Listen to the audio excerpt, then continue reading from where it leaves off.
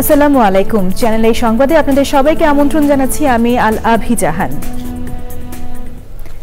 বিস্তারিত সংবাদের শুরুতেই জানিয়ে দিচ্ছি ফ্রেশ আটা ময়দা সুজি সংবাদ শিরোনামগুলো।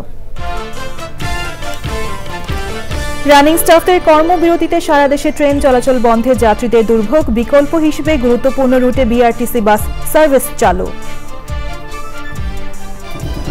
ট্রেন না চলায় স্টেশনে বিক্ষুব্ধদের ভাঙচুর, রানিং স্টাফদের যৌক্তিক দাবি আগেই মেনে নেওয়া হয়েছে বলে অর্থ উপদেষ্টার মন্তব্য।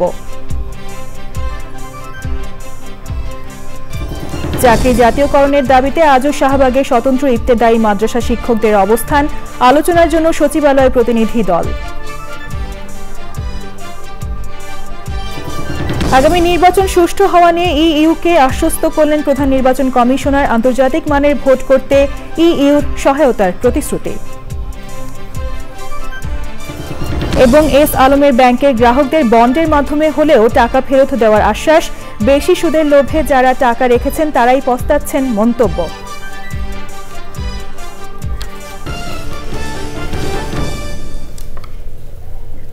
সংবাদ শিরোনামগুলো জানাচ্ছিলাম। এখনকার এই সংবাদ আয়োজন একই সঙ্গে চ্যানেল আই এর ইউটিউব চ্যানেলে এবং চ্যানেল আই এর ওটিটি প্ল্যাটফর্ম আই স্ক্রিনে লাইভ স্ট্রিম হচ্ছে। এবারে বিস্তারিত। বাংলাদেশ রেলওয়ের রানিং স্টাফদের অনির্দিষ্টকালের কর্মবিরতিতে সারা দেশে রেল চলাচল বন্ধ রয়েছে। এতে ভোগান্তিতে পড়েছেন যাত্রীরা। কমলাপুর রেল স্টেশনে গিয়ে আলোচনার মাধ্যমে সমস্যা সমাধানের কথা জানিয়েছেন রেলপথ উপদেষ্টা। তবে দাবি পুরোপুরি মেনে না নেওয়া পর্যন্ত কর্মবিরতি চালিয়ে যাওয়ার কথা জানিয়েছেন বাংলাদেশ রেলওয়ে রানিং স্টাফ ঐক্য পরিষদ।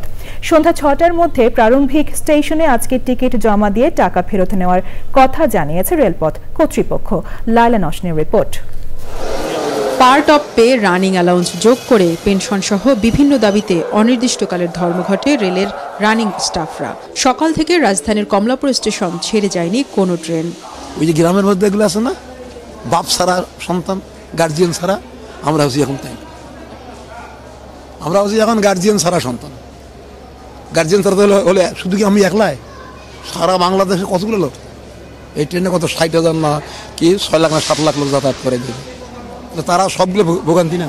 আমরা এসেছি অনেক সকালবেলা, কিন্তু সকালবেলা এসে অনেক করে আমরা ট্রেনটা পাচ্ছি না, জানতে পারলাম ট্রেন বন্ধ থাকবে। ট্রেন না চলায় কাউন্টারে টিকিট ফেরত দিয়ে চলে গেছেন অনেকেই। সকালে একবার আসলাম টিকিট ফেরত দিতে, তখন ৯:৩০ ১০টা বাজে। তারা বললো যে আপনি আবার ১১টা ১১:৩০ দিকে আসেন। টাইম পার হয়ে যাওয়ার পর টিকিট ফেরত দেওয়া হবে। এখন এখানে এসে তারপর দেখলাম যে বাস সার্ভিস চালু হচ্ছে। কিন্তু অনেকে ফ্যামিলি নিয়ে কোথাও যাবে ঘুরতে, ৪-৫ টিকিট কাটছে, তো তাদের জন্য তো বিশাল সমস্যা। রেলের রানিং স্টাফরা বলছেন মাসখানেক আগেই এই ধর্মঘটের ঘোষণা দেওয়া হলেও কর্তৃপক্ষ আমলে নিয়ে সমস্যা সমাধানের উদ্যোগ নেয়নি। আমরা গত ১ তারিখ থেকে আমরা জানাইছি, রেল মন্ত্রণালয়কে জানাইছি এবং পাবলিক এবং আপনাদের মিডিয়ার মাধ্যমে এটা তো সবাই জানে যে আমাদের ২৮ তারিখ থেকে প্রজ্ঞাপন না হলে আমাদের সকালে কমলাপুর রেল স্টেশন পরিদর্শন করে রেলপথ উপদেষ্টা বলেন, স্টাফদের দাবি দেওয়ার ব্যাপারে অর্থ মন্ত্রণালয়ের সাথে কথা বলছেন তারা।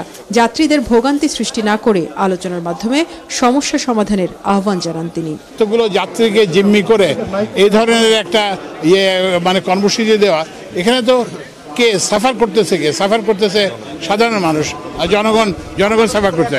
দাবির মধ্যে বহুলাংশে এটা পূরণ করা হয়েছে। এটা অর্থ বিভাগে আমরা একদিন ধরে পাঠাচ্ছিলাম এবং অর্থ বিভাগ সেই চিঠির জবাব দিয়েছে এবং কিছু দাবি আছে এবং আরও তাদের কিছু দাবি আছে। আমরা আলোচনা করব এবং আমরা অবশ্যই ব্যবস্থা নেব। আমরা এটা নিয়ে আলোচনা করে আমরা ব্যবস্থা নেব, কারণ এখানে সবাই জড়িত আছে, রাজনৈতিক দলগুলোর, শ্রমিক সংগঠনগুলো জড়িত আছে। শ্রমিক সংগঠনের অনেকেই আলোচনায় বসতে রাজি হলেও দুপুর পর্যন্ত রানিং স্টাফদের কেউ আলোচনায় বসেননি। উপদেষ্টা মহোদয় বলতেছেন যে এটা আমার বিষয় না, এটা হলো অর্থ মন্ত্রণালয়ের বিষয়। তাহলে অর্থ মন্ত্রণালয় সহ রেল মন্ত্রণালয় যদি একসঙ্গে বসে তাহলে সমাধান, ত্রিপক্ষীয় বসলে সমাধান হবে, নইলে হবে না। ভোগান্তি এড়াতে কমলাপুর থেকে বিভিন্ন গন্তব্যে রেলের টিকিটধারী যাত্রীদের জন্য সরকারি ব্যবস্থাপনায় বিআরটিসি বাসের ব্যবস্থা করা হয়। Laila Nowshin, channel I, Dhaka. Kamalapur rail স্টেশনে শ্রমিক দলের সাথে বৈঠকে বসেছেন রেল সচিব। এ নিয়ে জানতে লায়লা নওশিনের কাছে যাচ্ছি, তিনি কমলাপুর স্টেশনে আছেন। নওশিন, রেল সচিবের সাথে বৈঠকের বিষয়ে কোনো তথ্য কি আছে আপনার কাছে, জানাবেন আমাদের। আলাভি কিছুক্ষণ আগে কিন্তু রেল সচিব কমলাপুর রেল স্টেশনে এসেছেন এবং কমলাপুর রেল স্টেশনে আসার পর যারা আন্দোলন করছেন রেলের স্টাফ, রেলের রানিং স্টাফরা, তাদের সাথে কিন্তু সচিব সরাসরি বৈঠকে বসেননি। তাদের সাথে শ্রমিক দলের সমন্বয়ক শিমুল বিশ্বাস রেলের রানিং স্টাফদের প্রতিনিধিদের সাথে বৈঠক করে কমলাপুর রেল স্টেশনের সচিবের সাথে এবং রেলের যে ঊর্ধ্বতন কর্মকর্তা তাদের সাথে বৈঠকে বসেছেন। এবং কিছুক্ষণ আগে অর্থ উপদেষ্টা কিন্তু বলেছেন যে যে রেলের রানিং স্টাফদের যে বিভিন্ন দাবি দেওয়া, সেই দাবি দেওয়া অনেকখানেই পূরণ করা হয়েছে, মেনে নেওয়া হয়েছে এবং এই দাবিগুলোকে তারা অযৌক্তিক দাবি বলছেন তাদের পক্ষ থেকে। এবং সকালে রেলপথ উপদেষ্টা কমলাপুর রেল স্টেশন পরিদর্শন করে কিন্তু তিনি বলেছেন যে এই রেলের রানিং স্টাফদের দাবি দেওয়ার ব্যাপারটি পুরোটাই অর্থ মন্ত্রণালয়ের ওপর নিয়োজিত আছে। যেহেতু এখন পর্যন্ত ওই দিক থেকে কোনো সমস্যার সমাধানের ইঙ্গিত আসেনি, সেখানে কিন্তু এখনও ধোঁয়াশা কাটছে না যে কমলাপুর রেল স্টেশনে যে রানিং স্টাফরা যে কর্মবিরতি পালন করছে সেই কর্মবিরতি কত দূর যাবে। তবে রেলের সচিবের সাথে যে রেল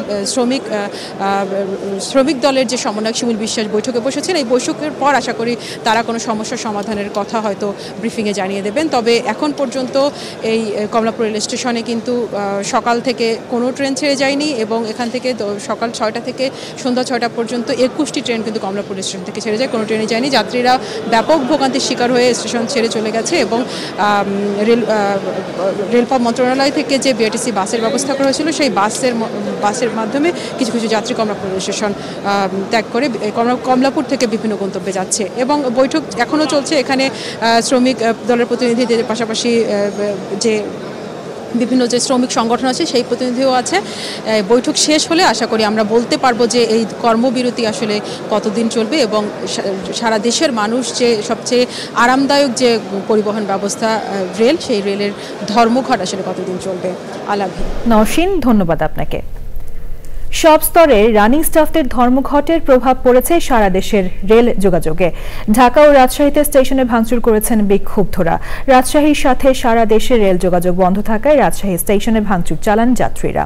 স্টেশনে টিটি রুমে টেবিল ও চেয়ার ভাঙচুর করা হয়। এছাড়াও অপেক্ষারত যাত্রীদের জন্য রাখা চেয়ারও ভাঙচুর করা হয়।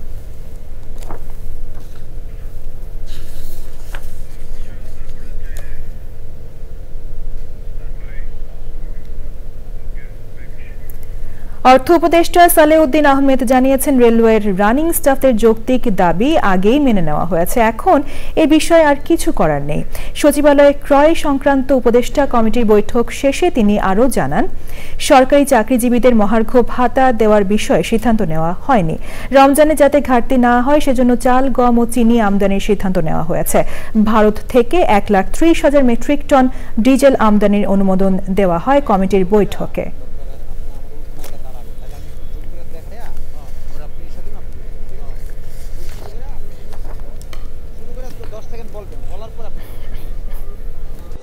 রেলের কিছু ছিল তাদের কিছু কর্মচারীদের আমরা বেশ কয়েকদিন আগেই তাদের যৌক্তিক যে সেগুলো আমরা দিয়েছি।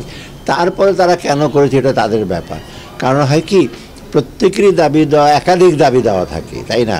তারা বলেছে এই দিতে হবে, ওভারটাইম অ্যালাউন্স দিতে হবে, পেনশন। আমরা যতটুকু আমাদের সম্পদের সেটা আমরা বলেছি, অন্যরা সংস্থা আমরা যেভাবে দিচ্ছি আমরা দিয়েছি।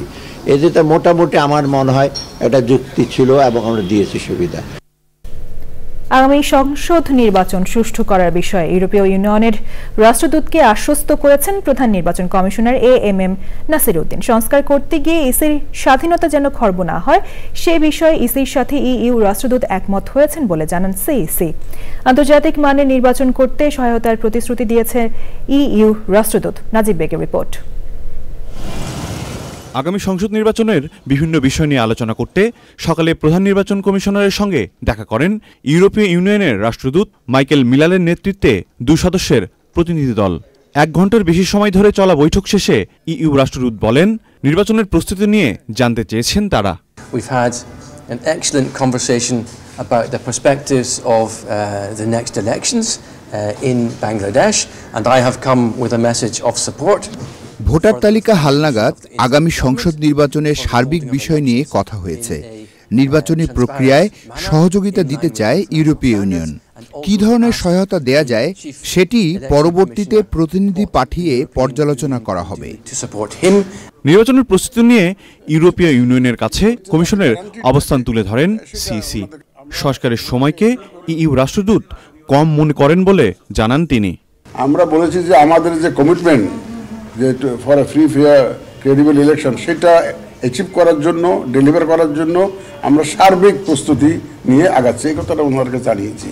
ওনারা রিফর্মের প্রতি একটু গুরুত্ব দিচ্ছেন যে রিফর্মের জন্য টাইমটা খুব শর্ট হয়ে যাচ্ছে, এটা মনে করছি। আমরা কোনো ইসির স্বাধীনতা কম্প্রোমাইজড হোক এটা আমরা চাই না, এই কথাটা ওনাদেরকে আমরা জানিয়েছি।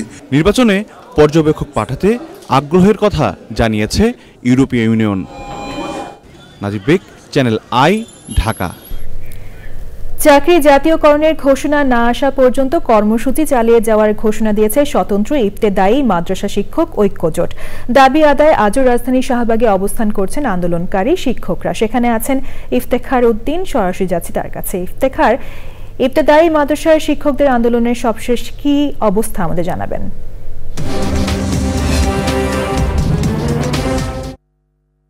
আমি এখন আছি শাহবাগে, যেখানে আজকে তৃতীয় দিনের মতো অবস্থান করছেন স্বতন্ত্র ইবতেদায়ী মাদ্রাসার শিক্ষকরা।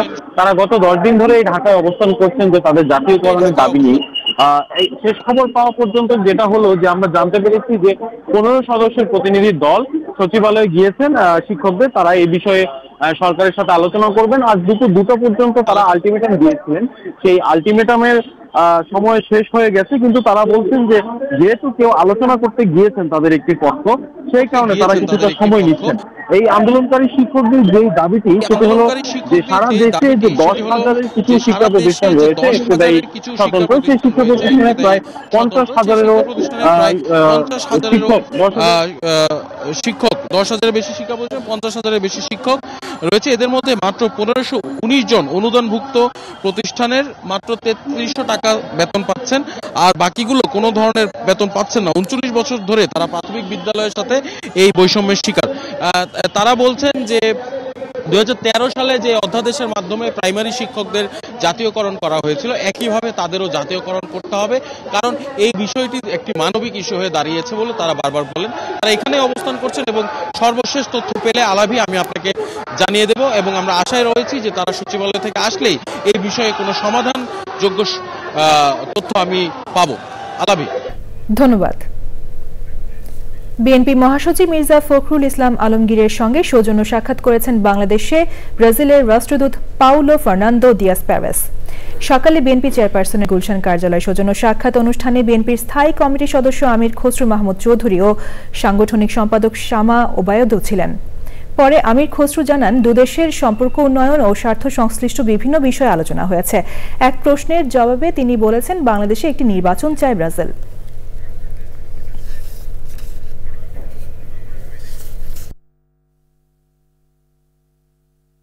নির্বাচন নিয়ে কথা হচ্ছে, তারা মনে করে স্বাভাবিকভাবে নির্বাচন তো সবাই দেখতেছে, এখন তারা মন্তব্য করেছে নির্বাচন, তারা মনে করছে নির্বাচন হবে। দুই দেশের মধ্যে এখন 2 বিলিয়নের কাছাকাছি আমাদের ট্রেড হচ্ছে।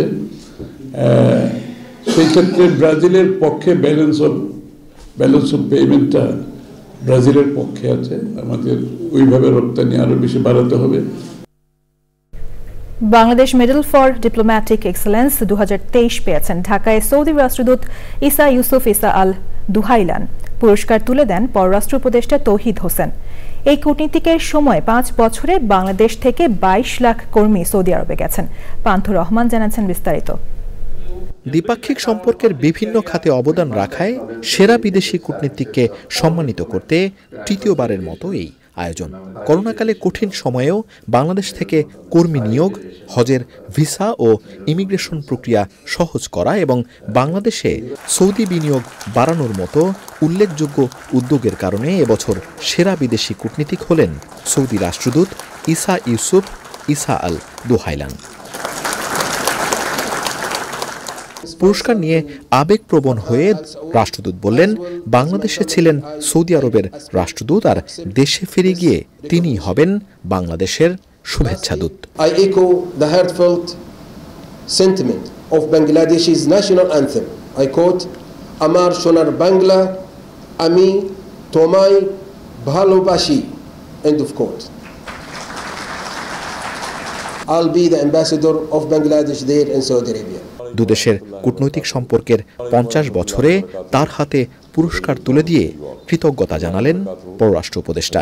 It is therefore with immense pride and gratitude that the government of the People's Republic of Bangladesh confers this year's Bangladesh Medal for Diplomatic Excellence upon His Excellency এসা ইউসুফ এসা আল দোহাইলাম। ঢাকায় 5 বছর সময়কাল শেষ করে দেশে ফেরার আগে পাওয়া এই সম্মানকে তার দেশ ও দেশের মানুষের জন্য উৎসর্গ করেন রাষ্ট্রদূত। পাথর রহমান, চ্যানেল আই, ঢাকা। নির্বাচনের জন্য বিএনপি চাপ দিলেও চলতি বছরের জুলাই আগস্টে জাতীয় নির্বাচন হওয়া সম্ভব নয় বলে মনে করে ইসলামী আন্দোলন বাংলাদেশ, খেলাফতে মজলিস ও জমিয়তে উলামায়ে ইসলাম বাংলাদেশ। প্রধান উপদেষ্টার ঘোষণা অনুযায়ী চলতি বছরের ডিসেম্বরে জাতীয় নির্বাচন হলে দেশের জন্য মঙ্গলজনক হবে বলে মনে করেন দলগুলোর নেতারা। তাফিমুল ইসলামের রিপোর্ট। 2025 সালের শেষ দিক থেকে চলতি বছরের শেষে অথবা আগামী বছরের মাঝামাঝিতে জাতীয় নির্বাচন হতে পারে প্রধান উপদেষ্টার এমন বক্তব্যের পর চলতি বছরে নির্বাচনের দাবি জানিয়ে আসছে বিএনপি। জুলাই আগস্ট এর মধ্যেই নির্বাচন সম্ভব। ইসলামী দলগুলো বলছে ডিসেম্বরে নির্বাচন না হলে অন্তর্বর্তী সরকারের বিষয়ে প্রশ্ন তৈরি হবে। সংস্কার চাই, তবে নির্বাচনটা খুব বেশি দেরি হয়ে যাক এটা আমরা চাই না। খুব বেশি ডিলে হওয়াটা আমি মনে করি উচিত হবে না। জুলাই মাসে বর্ষা হল আমাদের দেশে, বর্ষার নির্বাচন 15 মাস হয়ে যায়, কাজে নির্বাচনটা হওয়া উচিত। ডিসেম্বর পার না করা উচিত, আগে পার করলে কিন্তু প্রশ্ন উঠবে না। আসলে দেখেন, ডিসেম্বরের মধ্যে নির্বাচন আদৌ সম্ভব না, এটা আমি মনে করি। কারণ যে সংস্কারগুলি হাতে নিয়েছে সেই সংস্কারগুলি যদি না করা হয় তাহলে নির্বাচন অবাধ হবে না, গ্রহণযোগ্য নির্বাচন হবে না। ইসলামী দলগুলোর জোট করলে বহির্বিশ্বে বাংলাদেশ নিয়ে বিরূপ প্রতিক্রিয়া তৈরি হবে না বলে মনে করছেন এই শীর্ষ নেতারা। ইসলাম বলি তাদের জান বেরিয়ে যায়, এটা তো বলে লাভ নেই। ইসলামে শুধু আমরা কি ইসলামপন্থী, পিতা ইসলামপন্থী দল নাই, এরা কি গভর্নমেন্টের ঘরে যায় না? এই এতদিন পূর্বে যারা এটাকে ট্রাম্প কার্ড হিসেবে ইউজ করেছে, এটাকে হাতিয়ার হিসেবে ইউজ করেছে, তাদের ক্ষমতাকে তারা দীর্ঘমেয়াদী করার জন্য অস্ত্র হিসেবে এটা ব্যবহার করেছে। বাস্তবতা বিবর্জিত একটা বিষয়। আদৌ এদেশে জঙ্গিবাদ নেই, আদৌ এসে উগ্রবাদ নেই। নির্বাচন আয়োজনের জন্য যতটুকু সংস্কার প্রয়োজন সেটুকু না করলে নির্বাচন দিলে ফ্যাসিবাদী শক্তি আবার ফিরে আসার আশঙ্কা রয়েছে বলে মনে করছেন এই রাজনৈতিক দলগুলো। তাফিমুল ইসলাম, চ্যানেল আই, ঢাকা। বাংলাদেশ ব্যাংকের গভর্নর বলেছেন, বেশি সুদের লোভে যারা এস আলমের ব্যাংকগুলোতে টাকা রেখেছিলেন তারা এখন পস্তাচ্ছেন। তবে ওই টাকা বন্ডের মাধ্যমে হলেও গ্রাহকরা যেন ফেরত পান সে ব্যাপারে উদ্যোগ নেওয়ার কথা জানিয়ে গভর্নর বলেছেন, এজন্য সময় দিতে হবে। 22টি মন্ত্রণালয়ে কেন ক্ষুদ্র ঋণ কার্যক্রম আছে সে বিষয়ে বিরক্তি প্রকাশ করে তা থাকার দরকার নেই বলে মন্তব্য করেছেন গভর্নর। পরাগ আজিমের রিপোর্ট। বাংলাদেশে ক্ষুদ্র ঋণ বিষয়ে নিয়মিত প্রকাশনা মাইক্রো ফাইন্যান্স ইন বাংলাদেশ চলতি অর্থবছরেরটি চূড়ান্ত করতে রাজধানীতে জাতীয় কর্মশালা। মাইক্রো ক্রেডিট রেগুলেটরি অথরিটির আয়োজনে কর্মশালায় অর্থ মন্ত্রণালয়, Bangladesh Bank, NGO bureau, PKSF ও গ্রামীণ ব্যাংক সহ বিভিন্ন ক্ষুদ্র ঋণ ও আর্থিক প্রতিষ্ঠানের প্রতিনিধিরা অংশ নেন। প্রধান অতিথি বাংলাদেশ ব্যাংকের governor doctor Ahsan H Mansur. বক্তৃতায় বাংলাদেশে ক্ষুদ্র ঋণ কার্যক্রম বিষয়ে নিজের অভিমত তুলে ধরেন তিনি। একটা ইম্প্যাক্ট অ্যানালাইসিসটা হওয়া দরকার। পভার্টি রিডাকশনে কতখানি আমরা কন্ট্রিবিউট করছি মাইক্রো ক্রেডিট ইনস্টিটিউশনগুলো। মন্ত্রণালয় নাকি মাইক্রো ক্রেডিট প্রোগ্রাম চালু করেছে।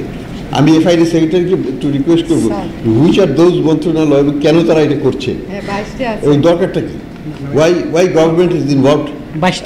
22টা মন্ত্রণালয় কেন, এই জায়গাটা একটু রিভিউ করা দরকার। অনেক আগে থেকে চলে আসছে বলে যে চালিয়ে যেতে হবে এবং তো কোনো কথা নাই।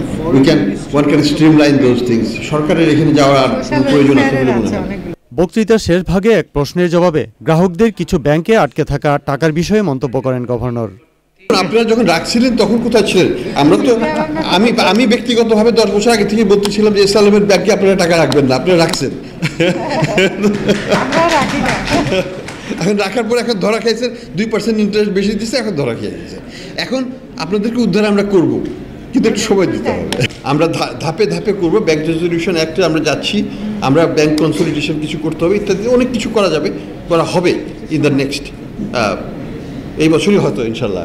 আইদার টাকা পান বা বন্ড পান বা কিছু পান, কিছু একটা পাবেন।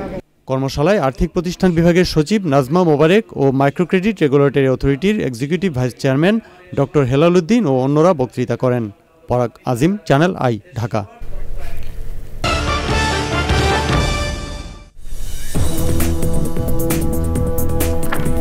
বিরতির পর আবারও আমন্ত্রণ জানাচ্ছি কানাডা টরন্টোর হোপ চার্চে পিডিআই কানাডা আয়োজন করে বাংলাদেশের সংবিধান নিয়ে মুক্ত আলোচনা। সংবিধান সংস্কার কমিশনের প্রস্তাব নিয়ে মূল আলোচনা উত্থাপন করেন সাংবাদিক এবং রাজনীতি বিশ্লেষক সৈকত রুশদি।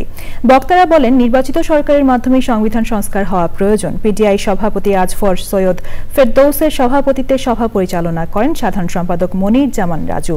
সংস্কার কমিশনের প্রস্তাবের বিভিন্ন দিক নিয়ে আলোচনা করেন আইনজীবী নুসরাত সাতি, সাবেক ছাত্রনেতা নাসির উদ্দৌজা, সাংস্কৃতিক সংগঠক আহমেদ হোসেন, শ্রমিক নেতা শাহিন হাসান, কমিউনিটি নেতা ফখরুল ইসলাম চৌধুরী, তরুণ সংগঠক ফাতিন ইশরাক, মাহির আশহাব, পিডিআই নেতা বিদ্যুৎ রঞ্জন দে এবং সৌমেন সাহা। আলোচকরা বলেন, বাংলাদেশের সংবিধান 17 বার সংশোধিত হয়েছে, প্রধানত শাসকের প্রয়োজনে। বক্তারা আশা করেন, এবার যদি সংশোধন করতে হয় তা যেন বাংলাদেশের মানুষের জন্য হয় এবং নিশ্চিতভাবে একটি নির্বাচিত সরকারকে এই দায়িত্ব পালন করতে হবে। এবার রয়েছে নিটোল টাটার কৃষি সংবাদ।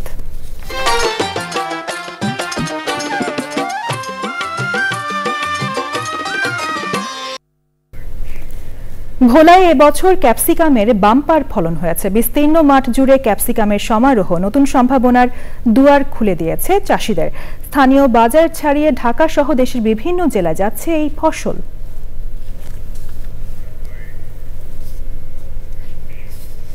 এবার প্রকৃতি সংবাদ।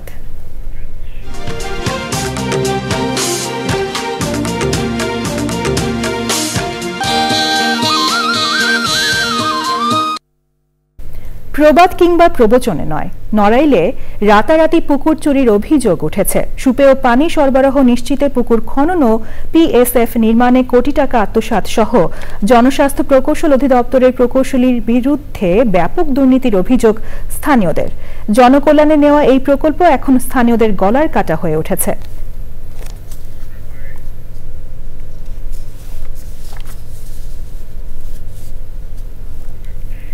সবশেষে ফ্রেশ আটা ময়দা সুজি সংবাদ শিরোনামগুলো জানিয়ে দিচ্ছি আরো একবার। রানিং স্টাফদের কর্মবিরতিতে সারা দেশে ট্রেন চলাচল বন্ধে, যাত্রীদের দুর্ভোগ। বিকল্প হিসেবে গুরুত্বপূর্ণ রুটে বিআরটিসি বাস সার্ভিস চালু। ট্রেন না চলায় স্টেশনে বিক্ষুব্ধদের ভাঙচুর। রানিং স্টাফদের যৌক্তিক দাবি আগেই মেনে নেওয়া হয়েছে বলে অর্থ উপদেষ্টার মন্তব্য। চাকরি জাতীয়করণের দাবিতে আজও শাহবাগে স্বতন্ত্র ইবতেদায়ী মাদ্রাসা শিক্ষকদের অবস্থান। আলোচনার জন্য সচিবালয়ে প্রতিনিধি দল। আগামী নির্বাচন সুষ্ঠু হওয়া নিয়ে ইইউকে আশ্বস্ত করলেন প্রধান নির্বাচন কমিশনার। আন্তর্জাতিক মানের ভোট করতে ইইউর সহায়তার প্রতিশ্রুতি। এবং এস আলমের ব্যাংকের গ্রাহকদের বন্ডের মাধ্যমে হলেও টাকা ফেরত দেওয়ার আশ্বাস। বেশি সুদের লোভে যারা টাকা রেখেছেন তারাই পস্তাচ্ছেন মন্তব্য।